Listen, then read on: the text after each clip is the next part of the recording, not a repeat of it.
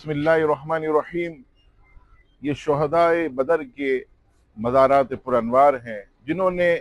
بدر کے میدان میں اپنی جانوں کے نذرانے پیش کیے۔ ان اصحاب رسول کے یہ مزارات جمعہ کا دن تھا، ماہ رمضان کی 17 تاریخ، بھوکے پیاسے روزے کی حالت میں نبی پاک علیہ السلام کی قیادت میں انہوں نے اپنی جانوں کے نذرانے پیش کیے، اور صبح قیامت تک انہوں نے یہ اعزاز حاصل کیا کہ اللہ تعالیٰ نے انہوں نے جنت کی بشارت عطا فرمائی۔ اور اصحاب بدر کے لیے بھی اللہ تعالیٰ نے یہ فرمایا کہ جو چاہو سو کرو، ہم نے تمہیں بخش دیا،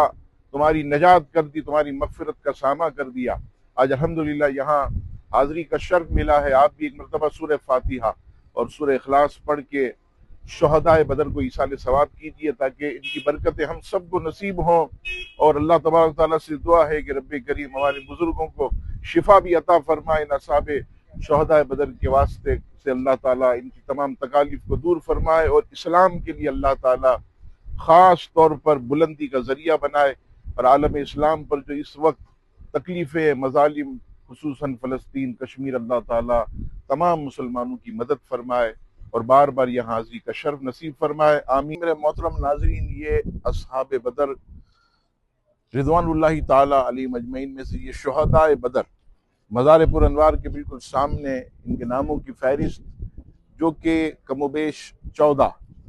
حضرت عمیر، حضرت صفوان، حضرت شمالین، حضرت محجع، حضرت عاقل، حضرت عبیدہ، حضرت سعد، حضرت مبشر، حضرت حارثہ، حضرت رافیہ، حضرت عمیر، حضرت یزید، حضرت معوذ اور حضرت عوف بن حارث رضوان اللہ تعالیٰ علیہم اجمعین، یہ مبارک ہستیاں جنہوں نے اللہ تبارک و تعالیٰ کے حبیب علیہ السلام کی محبت میں دین اسلام کے پرچم کو بلند کرنے کے لیے اپنی جانوں کے نذرانے پیش کیے، آج ان کے مزارات پر انوار یہاں پر فیوز و برکات کا مرجع بنے ہوئے ہیں۔ اللہ تبارک و تعالیٰ ان کے درجات کو بلند فرمائے، اور ان کے فیوز و برکات سے ہمیں، ہماری نسلوں کو، ہمارے اہل خانہ کو مالا مال فرمائے، بار بار یہاں کی حاضری ہم سب کا مقدر فرمائے، آمین ثم آمین۔